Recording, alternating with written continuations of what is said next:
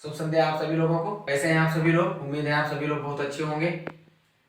आज एक नए वीडियो से आता आपके सामने उपस्थित हूँ। भूगोल से संबंधित है, गंगा नदी के उद्गम से संबंधित है।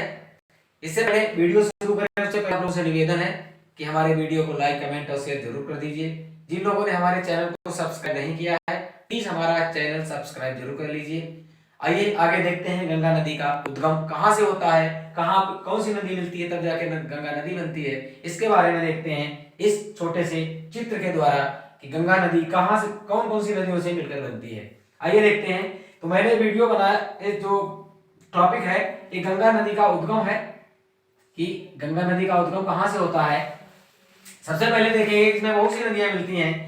तो सबसे पहले हम बद्रीनाथ को देखेंगे। बद्रीनाथ जहां पर बसे, बद्रीनाथ जहां पर स्थित है वहां पर एक नदी है अलकनंदा। अलकनंदा नदी के मुहाने पर ही बद्रीनाथ धाम है।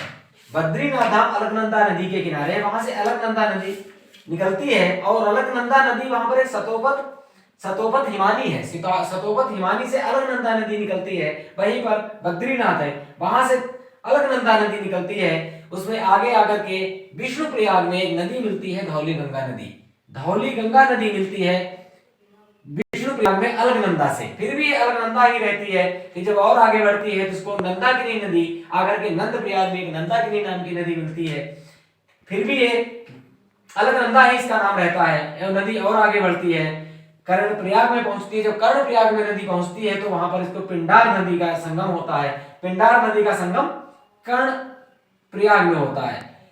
ये मुख्य नदी अलकनंदा है, ये इसकी सहायक नदियां इसमें मिलती रहती हैं, इसलिए इसका नाम नहीं बदलता है, अलकनंदा इसका नाम रहता है। और ये नदी आगे बढ़ती हुई चली जाती है। जब आगे और आगे नदी बढ़ती है, रुद्रप्रयाग में जब पहुंचती है, ये सब उत्तराखंड में है।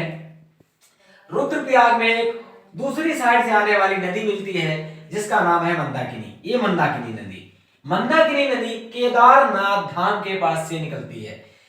अब यहाँ पे दो प्रश्न बनते हैं कि बद्रीनाथ धाम किस नदी के मुहाने पर बसे हुए हैं, केदारनाथ धाम किस नदी के मुहाने पर है, किस नदी के तट पर है, और बद्रीनाथ किस नदी के तट पर है। तो बद्रीनाथ क्लियर है, अलकनंदा नदी के तट पर है, और केदारनाथ जो है वो मंदाकिनी नदी के तट पर है। ये दो प्रश्न बनते हैं, कौन सी नदी के किनारे कौन सा शहर या कौन सा स्थान है। ये जो यहाँ से मंदाकिनी नदी चलती है और रुद्रप्रयाग में मिलती है। रुद्रप्रयाग में अलकनंदा नदी से मिलती है, लेकिन फिर भी इसका नाम मुख्य नदी अलकनंदा होने के कारण ये अलकनंदा ही रहती है। आगे नदी पहुंचती है देवप्रयाग। अलकनंदा जब देवप्रयाग में पहुंचती है तो देवप्रयाग में दूसरी साइड से ऊपर से एक नदी आती है, भागीरथी नदी। ये मैंने लिख रखा है यहाँ पे, भागीरथी नदी आती है। और ये भागीरथी नदी गंगोत्री ग्लेशियर से निकलती है। ये गंगोत्री ग्लेशियर है, यहाँ से भागीरथी निकलती है और ये जाकर के देवप्रयाग में अलकनंदा नदी से मिलती है। यहाँ पे अलकनंदा नदी से मिलने के बाद ये गंगा नदी का रूप धारण करती है। जब अलकनंदा भागीरथी नदी एक में देवप्रयाग में मिलती हैं तब ये नदी बनती है गंगा नदी। अब आप लोगों ने देखा कि कितनी नदियां मिलने के बाद इसमें गंगा नदी बनती है, और कहां बनती है? देवप्रयाग में। फिर ये देवप्रयाग से चलती है गंगा और हरिद्वार में जब पहुंचती है, यहाँ पे हरिद्वार में ये मैदानी क्षेत्र में, हरिद्वार से मैदानी क्षेत्र में प्रवेश करती है। हरिद्वार तक एक पूरा पहाड़ी इलाका है। एक हरिद्वार से प्रश्न बनता है कि गंगा नदी मैदान में कहां से प्रवेश करती है। तो गंगा नदी जो है वो हरिद्वार से मैदानों में प्रवेश करती है। इधर से एक मैंने और नदी बनाई है, आगे यमुना है।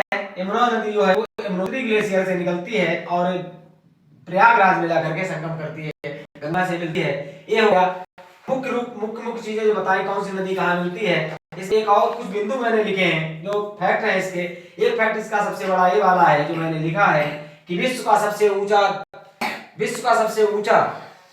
जो बांध है वो किस नदी पर है। विश्व का सबसे ऊंचा बांध टिहरी बांध के नाम से मशहूर है। टिहरी गढ़वाल में है, जो उत्तराखंड में है, वो भागीरथी नदी पर है। टिहरी बांध विश्व का सबसे ऊंचा बांध है। इसका कुछ और फैक्ट मैंने लिखे हैं यहाँ पे। देखिए, सबसे पहले मैंने इससे समझाया, उसके बाद मैंने लिख भी दिया है विष्णुप्रयाग में क्या होता है। अलकनंदा धौली गंगा से मिलती है। नंदप्रयाग में क्या होता है? अलकनंदा नंदाकिनी से मिलती है। कर्णप्रयाग में क्या है? कर्णप्रयाग में अलकनंदा पिंडार नदी से मिलती है। रुद्रप्रयाग में जो अलकनंदा आती है वो मंदाकिनी नदी से मिलती है। देवप्रयाग में अलकनंदा भागीरथी नदी से मिलती है और अंततः ये दोनों नदियां मिलकर के गंगा का निर्माण करती हैं। अलकनंदा मुख्य रूप से अलकनंदा और भागीरथी नदी मिलकर के गंगा नदी का निर्माण करते हैं, वहीं से इसका नाम गंगा हो जाता है। और ये जब पहुंचती है हरिद्वार में, यहाँ पे हरिद्वार है, हरिद्वार में पहुंचती है तब ये हरिद्वार से मैदानी क्षेत्र में प्रवेश करती है। और एक दो फैक्ट है इसमें मैंने लिखे हैं। गंगा ब्रह्मपुत्र का डेल्टा, आप लोगों ने सुना होगा, प्रश्न आता है कि विश्व का सबसे बड़ा डेल्टा कौन सा है, तो विश्व का सबसे बड़ा डेल्टा गंगा और ब्रह्मपुत्र नदी का है। जब ये गंगा नदी बांग्लादेश होते हुए सुंदरवन का डेल्टा बनाती है तो ऊपर से एक असम होते हुए गंगा को आती है ब्रह्मपुत्र नदी। ब्रह्मपुत्र नदी आती है, जब ये दोनों समुद्र में मिलती हैं तो वहां पर एक डेल्टा बनाती है जिसको सुंदरवन का डेल्टा भी कहते हैं, और ये गंगा ब्रह्मपुत्र के डेल्टा के नाम से मशहूर है। इसे सुंदरवन के डेल्टा के नाम से भी जानते हैं। विश्व का सबसे बड़ा डेल्टा है, ये ध्यान रखिएगा, क्वेश्चन होता है। गंगा भारत के 5 राज्यों से होकर गुजरती है। बहुत बढ़िया महत्वपूर्ण चीज है। गंगा कितने राज्यों से गुजरती है? गंगा भारत के 5 राज्यों से। कौन कौन से राज्य हैं? उत्तराखंड, उत्तर प्रदेश, बिहार, झारखंड और पश्चिम बंगाल, ये 5 राज्य हैं। उसके बाद भारत की सबसे लंबी नदी जो है वो गंगा है। भारत की सबसे लंबी नदी गंगा है। तो गंगा नदी के बारे में मुझे उम्मीद है आप लोगों को एक भी फैक्ट नहीं छूटेगा। अगर इस तरीके इसको वीडियो को बार बार देख के फैक्ट लिख लिए जाएं, छोटा सा नोट्स बना लिया जाए, तो गंगा से संबंधित जो गंगा, जहां तक गंगा का निर्माण की बात है, कहां गंगा नदी बनती है और उससे संबंधित जो फैक्ट है, इससे बाहर एक भी प्रश्न नहीं जाएगा। तो उम्मीद है आप लोगों को ये मेरा वीडियो पसंद आएगा। अतः आप लोगों से पुनः निवेदन है कि हमारा ब्रिलियंट ब्रेन जीएस जो यूट्यूब चैनल है इसको सब्सक्राइब जरूर कर दीजिए और वीडियो को लाइक, कमेंट, शेयर करना ना भूलें।